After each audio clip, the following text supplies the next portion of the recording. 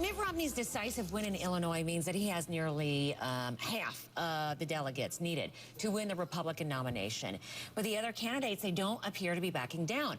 Political science professor and, well, mincing no words, Jason Johnson is joining us now to take a look at these results. Really, it's always great to see you. So here we are, and if you're in Mitt Romney's camp, you just won 54 delegates. Well, that's what was up for grabs in Illinois, and you won the state. He's way ahead in the delegate count. So, I mean, what is the big picture of this contest, and where you are? What are you concerned about in the Romney camp? Well, you know, Romney right now is really certain he's going to win. The other candidates, they're basically the walking dead right now. I mean, they look like they're involved, but they're really just zombies. They're not going to win this thing. So he can really start focusing now on what can I say and what can I do to convince the public that I can actually beat Barack Obama in the fall. And that's what he did last night. That's what he's going to focus on in Louisiana. He can finally start dedicating himself to what he needs to do to win a presidency as opposed to winning a primary. You know, speaking of the walking dead, since you kind of lean this way, let me ask you, who appears like the campaign is really taking a... Yeah. I mean, look, the campaign is taking a toll on everybody.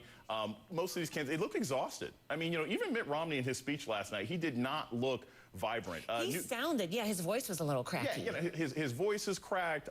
You know, Santorum doesn't look that well. I mean, this is a real grind. I think people sometimes underestimate. I can say this, I've worked on campaigns before. They underestimate how much work that really goes into traveling to all these states, talking to all these people. Some of these gaffes are not a result of these candidates being bad people. They're just tired, and we're seeing that in this long marathon of a primary. And so everyone, no one is saying that they're leaving yet. So you got Rick Santorum saying that he's staying put.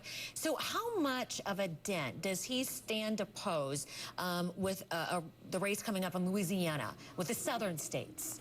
Look, Santorum is going to keep doing well in the southern states. The problem is that right now, if you look at the exit polls from Illinois, there was a really, really frightening number for Rick Santorum. 60% of the people who were voting for Mitt Romney said they were voting for him because they think he's got a better chance of beating Barack Obama. And if the voters in the Republican primary are starting to say, we just want the guy who's going to beat Obama as opposed to the person who's going to reflect our views, that's bad news for Santorum. It looks like a win for Mitt Romney. He's going to be the Peyton Manning. He's the guy that people need to win, even if he's not the one that they love. And the one they love would be Tim Tebow. Exactly. You got to read his article because he compared these two in the race for the GOP nomination to Peyton Manning and Tim Tebow in the situation there with the Broncos. Where can they find that, Jason?